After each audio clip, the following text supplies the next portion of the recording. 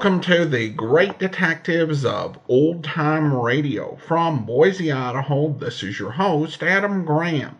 If you have a comment, email it to me, box13@greatdetectives.net. Follow us over on Twitter at Radio Detectives, and become one of our friends on Facebook, facebook.com/Radio Detectives.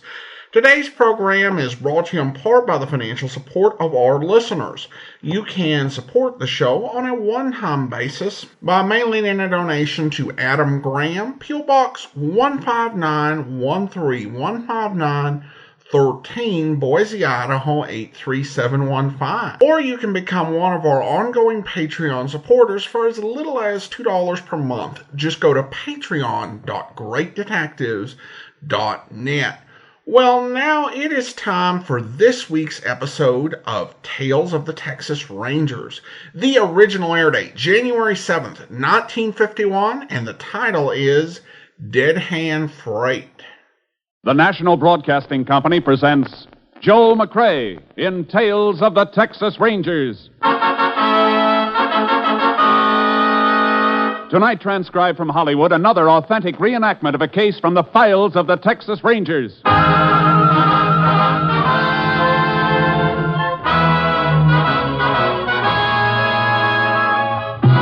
Tales of the Texas Rangers, starring Joel McCrea as Ranger Jace Pearson. Texas, more than 260,000 square miles, and 50 men who make up the most famous and oldest law enforcement body in North America.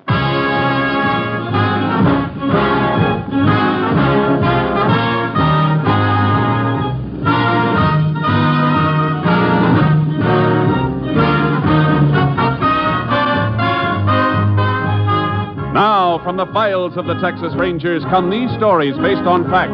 Only names, dates, and places are fictitious for obvious reasons. The events themselves are a matter of record.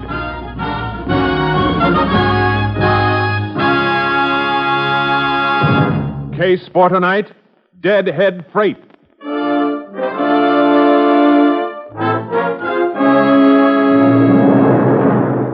It is shortly before midnight, August 27th, 1938, at the Santa Fe Freight Yards in Lubbock, Texas. A deadhead freight hauling empties back to the west coast from Galveston has just pulled into the yard. The brakeman and a railroad detective are making a routine check of the cars for free-riding hobos. If I was a yard dick, I'd be snoozing in the roundhouse. You ain't found a free rider in months. Yeah, so what? I get paid to check, and I check. Oh, you know, boson, the freights always hop off before we pull into the yards. I ever think one of them might fall asleep in the car and not have anybody to wake him up? Well, could be. Yeah, flash your light ignition. Okay. Hey, see? Nobody. Now, the car up ahead is the last of the boxcars. I walked the flats and gondolas while we was rolling, so I know that they're clear. Hey, why's the door rolled shut on this one? Well, I don't know now. Shouldn't be. Now, let's get her open. Now, throw your light around. Yeah. Nobody riding, huh? Come on. All right, Bo. On your feet. And throw that light right on him. Yeah. Well, no wonder it didn't move, just an old duffel bag. Yeah. What's a duffel bag doing on a deadhead freight? Hey, there's something in it. Huh? Hey, come here. Feel this. Why, feels like a body. Hey, you got a knife on you? Yeah, here. It's a good thing we didn't pass this car. The top of the bag sewed up tight. I'll have to cut right through the side.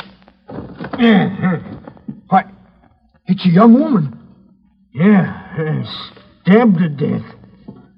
And throw that light around the car. Well, what are you looking for? There's no blood anyplace. She wasn't killed on the train. Somebody must have loaded the body on to get rid of it. Yeah, so the murder can't be pinned down to any definite area. Hey, where'd you stop last, before you pulled in here? Sidon, west of Sweetwater? The body must have been put on someplace between there and Galveston, then. We better call the police. They can notify the Texas Rangers.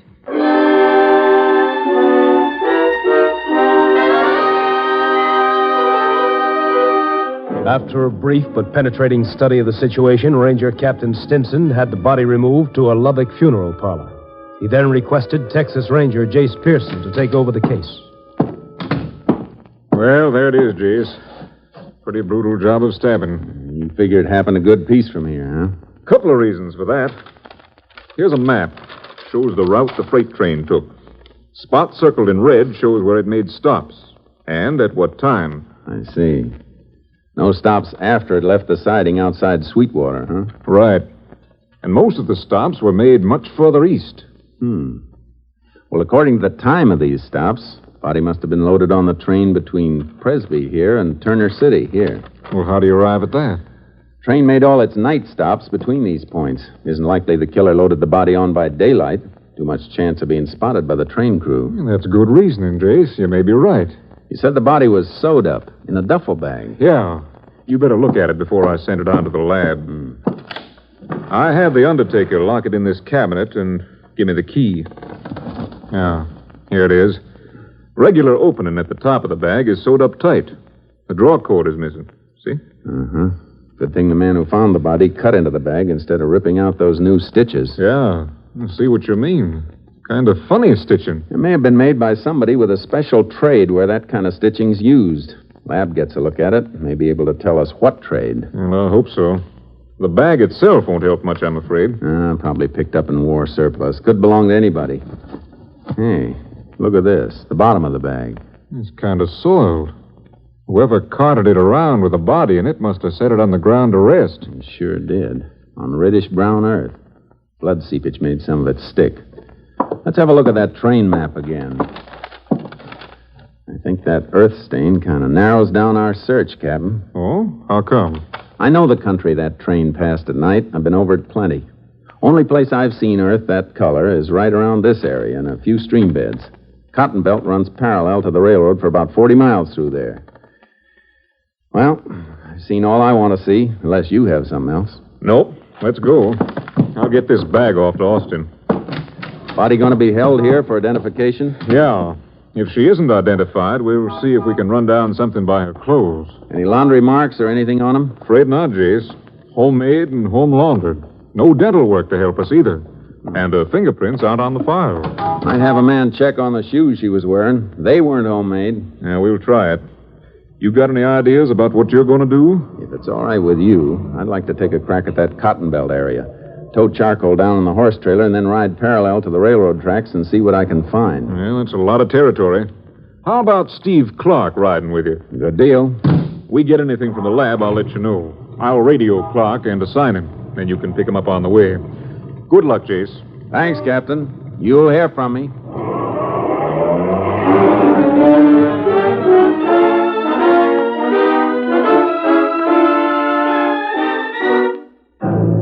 I met Clark. We drove down to the beginning of the area I wanted to check, left the car, and used our horses for the long ride along the rail bed. By noon of the next day, we'd covered 15 miles. Horses are getting tired, Jace. I know, but there's a siding a little ways ahead. Freight stop there. Yeah. Look, another culvert coming up. Yeah. Bank's pretty steep. Watch your horse. Right. Careful, boy. Easy, Charcoal. Careful. Easy. Steep climb out of here, Jace. Maybe if we ride... Hey, what are you looking at? Oh, the ground, huh? Yeah. Same reddish-brown color we've been checking for. Well, don't see anything else, though. Want to ride through it a ways? Yeah. Come on, Charcoal. Huh, boy, let's go. I don't want to be a killjoy, Jace, but we've done this in a dozen creek beds. Yeah, but none of the others were as close to a train stop. Siding's only about 50 yards further up the... Ooh, Charcoal. Whoa, boy, whoa. Find something, Jace? Yeah, come here. What is it? Yeah, marks in the sand. Trace of a couple of footprints, not enough to make a cast, but look at this other mark. A round impression. Yeah. What made it? Might have been somebody setting that duffel bag down. Yeah? Well, that would account for the dirt you found on the bag. We'll find out. Get a glass jar from your saddle pack. Okay. Gonna cut a core around that mark? Yeah. Lab can test it for blood trace. Earth this color, we can't tell anything by sight. Well, here's the jar. Thanks. A few empty cans around here, Jace. Those marks might have been made by a hobo. I don't think so. Bindle stiffs travel light. They don't carry duffel bags.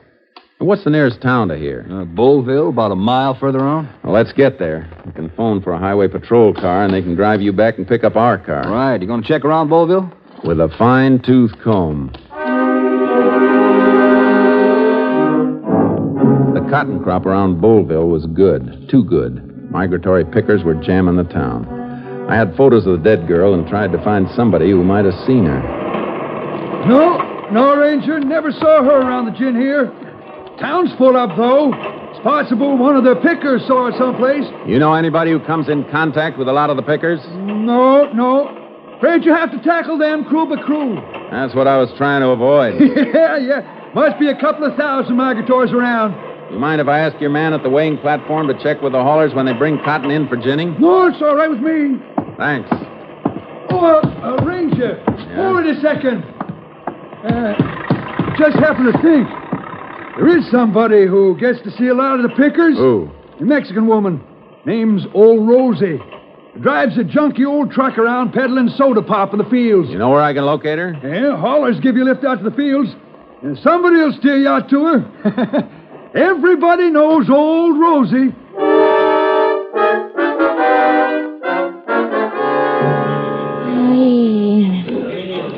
Somebody killed that poor girl, huh? That's right, Rosie. You ever see her? You find who killed her, you're going to put him in a jail? That's my job. How about it? You ever seen her around here? See, one time. Where? At the bus station in the town. She was with a man. You know who the man was? No, senor. And why'd you hesitate? Is that the truth? Why should I tell a lie, senor?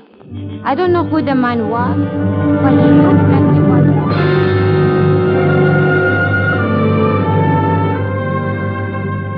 She described the man, a vague, stumbling description that might fit anybody. And while she described him, I had a feeling she was lying.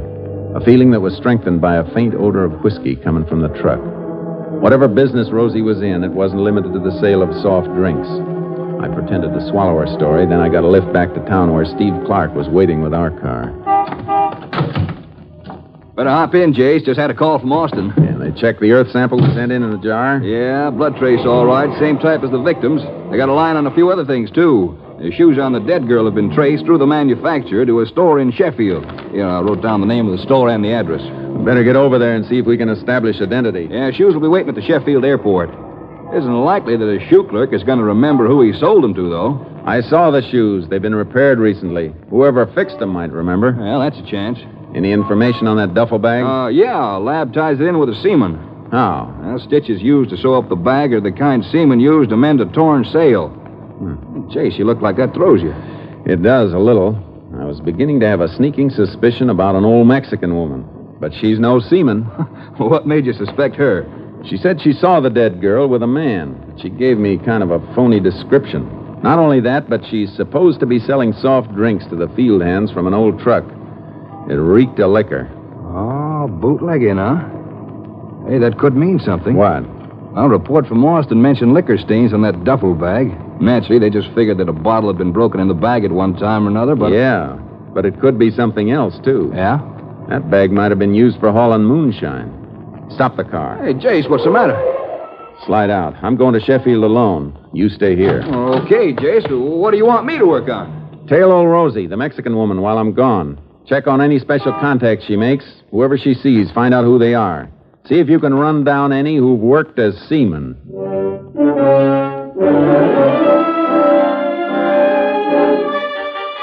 I burned up the road to Sheffield. The clerk who'd sold the shoes couldn't help, but I got the information I was after in a repair shop. Sure, I fixed it is, all right. Look, here's where I sewed the broken strap, you see? I remember because of something else, they thought I never get paid for the job. Whose shoes are they? Mrs. Watson. She's living 2 blocks up at Brownwood House. Mrs. Watson, huh? Is her husband around? Oh, no. He's a go away a month ago. That's why she got no money for pay for the shoes. I know you bother her. She lived with her mother and her little baby's a 1-year-old. Any idea where her husband went? Oh, no. Sometimes she says he go away for work or someplace with the cotton, sometimes to Galveston to work for the boats. Oh, he's been a sailor, huh? Sailor, everything. Whatever he is, he's not send the money. Last week she come in. She says she's going to meet him and she's going to pay me when she's come back. But she's not come back. Hey, just a minute. Why you asking me all these things, eh? And how come you got the shoes? Because Mrs. Watson doesn't need him anymore. She's dead.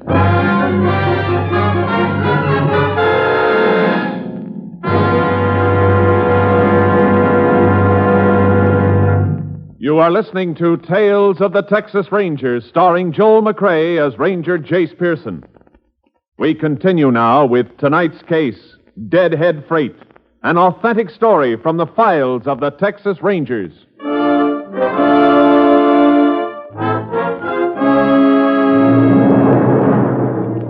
It wasn't the kind of news you enjoy breaking to a dead girl's mother, and the girl's baby crying in the next room didn't help it any. See, they'd split up about a month ago. And then last week, her husband wrote to her from Bowlville. He said he was sorry and he wanted my daughter Helen to come to me. I thought she was there with him. Looks like she was for a while. Oh, he promised Helen everything in the letter. Said he had a lot of money for her and their baby. He was never any good. And now the baby's left to me and I'm just too old. I'm sorry, ma'am. Can you give me your son-in-law's full name and his description? Herbert Watson is his name. They call him Bud. Herbert Bud Watson. About how tall would you say he was? Yeah, you better pull yourself together, ma'am. Somebody's at the door. I'll call out the window and send him away. I don't want to see anybody now. Oh. What is it, ma'am? What's the matter? Oh, somebody! Open the door! It's him. My son-in-law, Bud. All right, ma'am. Open the door and let him in. Go ahead. Well, what took you so long? Where's Helen? You know where she is. What did you do to her? What did you do to my girl? Are you crazy? What's the matter? Let him go, ma'am, and stand back. What? Ranger, what? Get your hands up and turn around. You killed her. And you got the gall to come here with your own baby crying. Ranger, what is this? Kill who?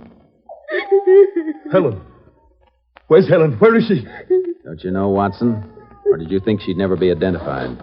Helen's been murdered? Oh, no. No. You did it. No, Mom. No, I gave her money. Told her to come back home and I'd meet her here today. We was going to take the kid and make a fresh start. How much money did you give your wife? $1,000. That's a lot. Where'd you get it? Come on. I was bootlegging to the pickers. How long you been getting away with that? Started it last season. Did old Rosie sell any of this stuff for you? How did you know about that? I didn't for sure until now. Come on. We're going back to your place of business in Bowlville.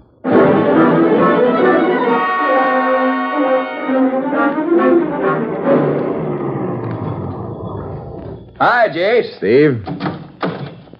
Yeah, I got your message to meet you here. Rosie's over there. Want to get her off the truck? Yeah, she can talk from there. Come on. You too, Watson. Okay.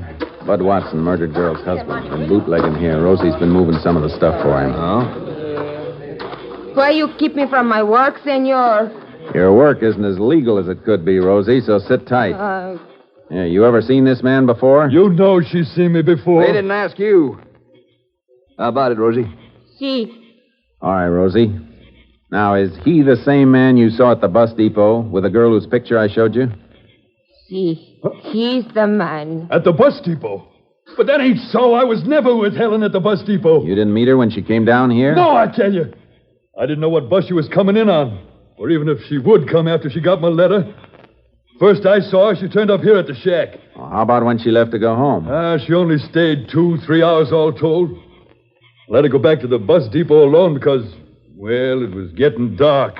Near time for the pickers to be coming there to buy drinks. You hear that, Rosie? Yeah. That means one of you is lying. Rosie, tell the truth, senor. You don't always tell the truth, Rosie. The first time I asked you about the man you saw, you said he was a stranger, a man you'd never seen before. Forget, senor. I see a lot of people every day in the fields. You trying to kid me? You've been selling liquor for this man. You couldn't mistake him for a stranger. But I do, senor. I make mistake. You wanted help, I give you help. Rosie tell you all she knows, that's all.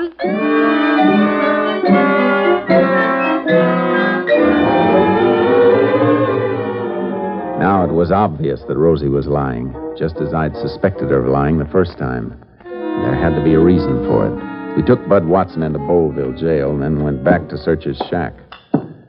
I can't figure something, Jace. Why won't Watson admit it if he was at the bus station with his wife? That wouldn't hurt him. No, it wouldn't. That's why I think he's telling the truth. Then Rosie must be covering up for something. Covering up for somebody's a better guess. She might have done it herself. No, I don't think so. She's too old to cart a body across the country to the railroad. Well, then you figure she really did see Mrs. Watson at the bus depot with a man, huh? Yeah. The man who killed her to get the $1,000 Bud Watson had given her. Well, then what's Rosie's angle in lying to us? Well, that's an easy one, Steve.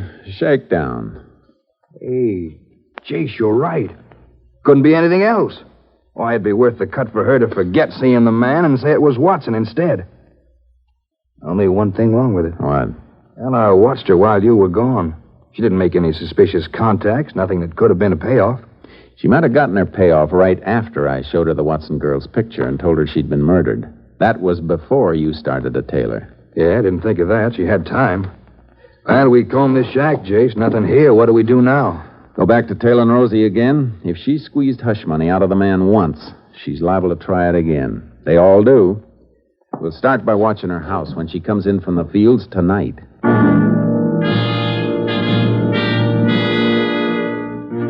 We staked out near Rosie's adobe hut, but it got dark and she didn't come in from the fields. I left Steve on watch and went out to look for her, keeping an eye out for her old truck. I found it about 5 miles out, surrounded by a group of men carrying torches. Hey, what's going on here? Oh, Ranger. Rosie. You better come. Yeah, what happened? We was walking into town. We saw the truck here by the side of the road, thought maybe it broke down, so we started to call for old Rosie. Then one of the boys spotted the blood on the ground. What blood? I'll show you over here. Must be old Rosie's, I reckon, because we found her over here in the cotton row. She's dead, Ranger. Somebody cut her throat from ear to ear.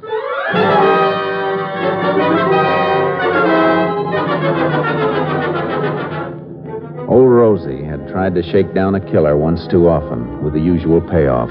I sent a rush call to Steve Clark to tow his horse out and join me. We followed a trail which led to a deserted picker shack way off in a field that looked like it hadn't been cultivated for years. The shack had been occupied, though, recently occupied. But whoever had been there was gone. There's a lamp there, Steve. Light it. Yeah.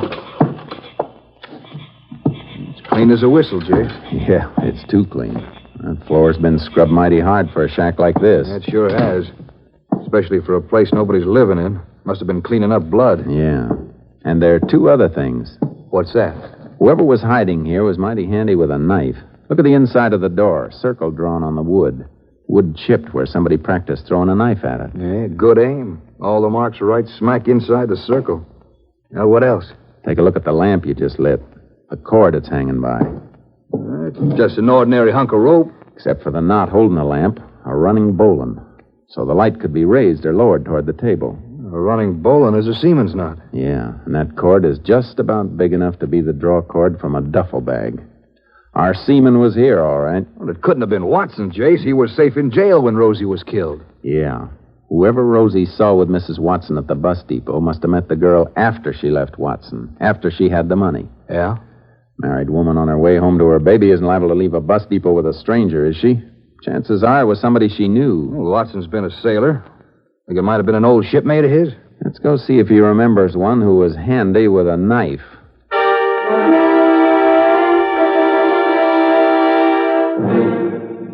You say somebody killed old Rosie? Yeah. The same man who killed your wife. Now think and think hard. Yeah. The killer was a seaman. We got reason to think it could be an old shipmate of yours who knew your wife. Oh, but Helen knew shipmates of mine all along the Gulf. I introduced her to lots of them. The one we want had a habit of throwing a knife. Hey, he drew targets on a door. Never missed. Matt Corbett. It was Matt Corbett! How do you know? Any reason for him to be around here? Yeah. He was my partner last year. Bootlegging here. Business got bad and he left. I wrote to him months ago asking him to come back for this picking, but he never answered me. Did Rosie know him? Sure she did. From last year. That's it, Clark. Rosie'd seen Corbett with Mrs. Watson. That's why he couldn't run with the money after he'd killed her. He had to wait to see if the body was found and identified. And when we moved in and she knew about the murder, she really had him pinned down. He used to be my best friend. A sneaking... Never mind that now. Where would he run to? I don't know. He was always roaming, like me. Hey, you wrote to him someplace, you said. You must have an address. Yeah. Yeah, it was general delivery at Port O'Connor. There's an old bait shack there. He lived in it whenever he had enough money to stop moving for a while. He's got enough now.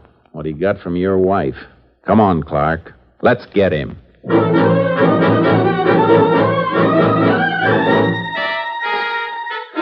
We headed for Port O'Connor, made it by morning, and found the abandoned bait shack. Nobody inside, Jace. Can see through the window. He isn't here. Yeah, he's probably traveling by freight to avoid being spotted. He couldn't have beaten us here. We rolled too fast. Gonna stake it out and wait? Yeah, our car's out of sight where we left it. He won't spot it coming along the wharf. Come on, let's go inside.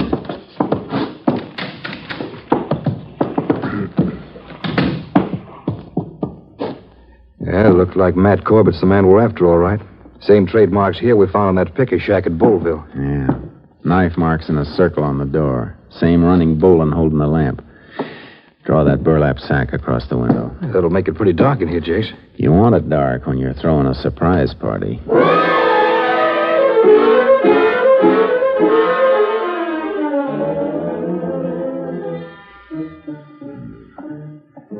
Hey, Steve, wake up. Huh? Shh. Somebody coming along the wharf. It's dark. What time is it? A little after midnight. Steps are coming closer. Yeah, it must be Corbett. Nothing to bring anybody else this way at this time of night. He's heading for here, all right. Yeah. Let him get all the way inside. And remember, he's got that knife, and he's handy with it. I know. All right, Corbett. Never mind that lamp. What did I say? Yeah, stand clear of the light, Steve. Or stop your struggling, Corbett. You're stinking. My arm. You broke my arm. All right, just wrench your shoulder, Corbett. Keep you from throwing that knife for a while. Come on, get up. Better light the lamp now, Steve. It's a good thing you jumped him, Jace. I felt that knife passing my ear. Look, buried in that wall a good inch. Hey, Rangers. I thought you were a couple of crooks. What's you doing here? Just dropped in to arrest you for the murder of Helen Watson and old Rosie up at Bullville. It'd be nice if you could prove it. I haven't been near Bullville. I think we can prove you were. By marks you left on the door and a few other things. How'd you come back? Freight? Are you kidding? No, I'm serious. You should have rode Pullman. Get your shoes shined on a Pullman. Would have taken that reddish-brown earth off your shoes. Our lab can match that with Bullville. Watch out for that shoulder. Yeah, that's better, Corbett. Want to cuff him, Jace? No, I think he'll come quiet. All right, Corbett. Let's move.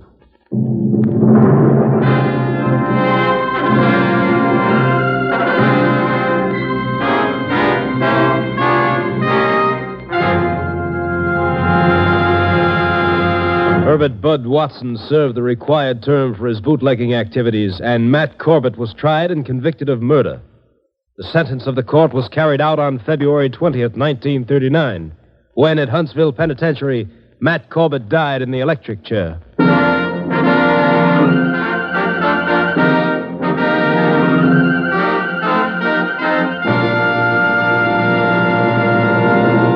And now, here again is the star of our show, Joel McCrea, with another interesting story about the Texas Rangers. In the early days of Texas, major disturbances were not infrequent. It was a lusty, brawling, growing territory, and as happens in such a territory, there were days when the streets were not safe for the good citizens. An Easterner, happening into a Texas town at such a time, found shelter in the house of a minister. Everything will be all right soon, he was assured. Later that same afternoon, the minister, who'd been looking out the window, said, "Well, friend, the streets are safe now. You may go about your business." The Easterner looked out the window, but all he saw was a lone figure riding casually down the main street on a horse. "What makes you think it's safe for me out there now?" he asked in bewilderment. The minister pointed to the horseman. "Because that feller on the horse is a Texas Ranger," he said. "Only folks that aren't safe in this town now are the ones who started the trouble. And when he finds them, they'll wish they'd been peaceable." Good night, folks. See you next week. Next week, Joel McCrea in another authentic reenactment of a case from the files of the Texas Rangers.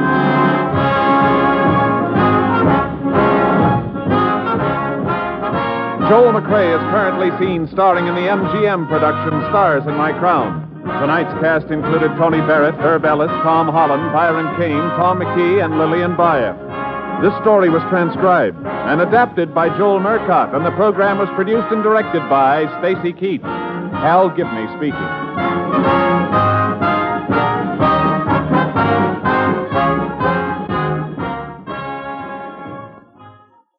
Three chimes mean good times on NBC. Monday means music on NBC, the best in music. Tomorrow, the renowned NBC Symphony presents another one-hour concert of some of the world's greatest orchestral selections. The symphony will be conducted once again tomorrow by the noted young maestro Guido Cantelli. For those who like band music, the Band of America presents another rousing series of martial airs tomorrow. Stay tuned for the $64 question and listen tomorrow for the symphony on NBC.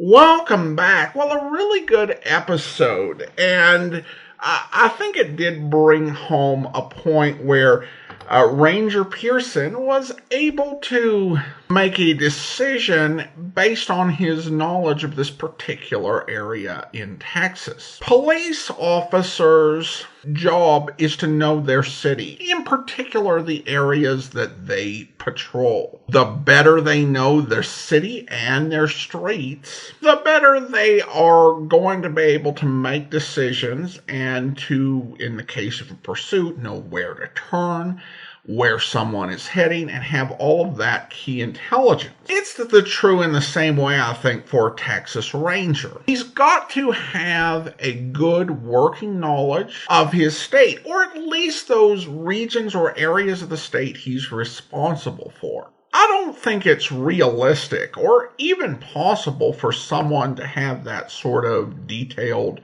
knowledge of the entire state of Texas.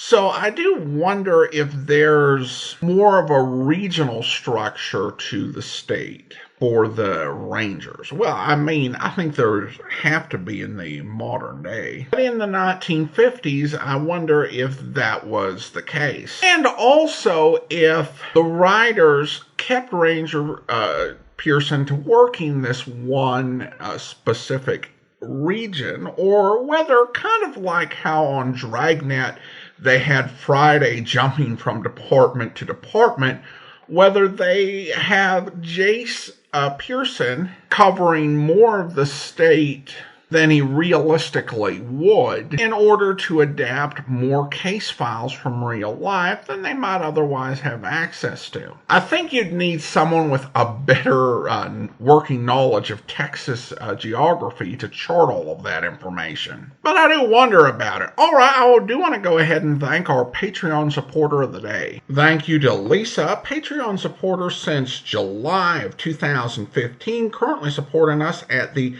Shamus level of $4 or more per month. Again, thanks so much for your support, Lisa.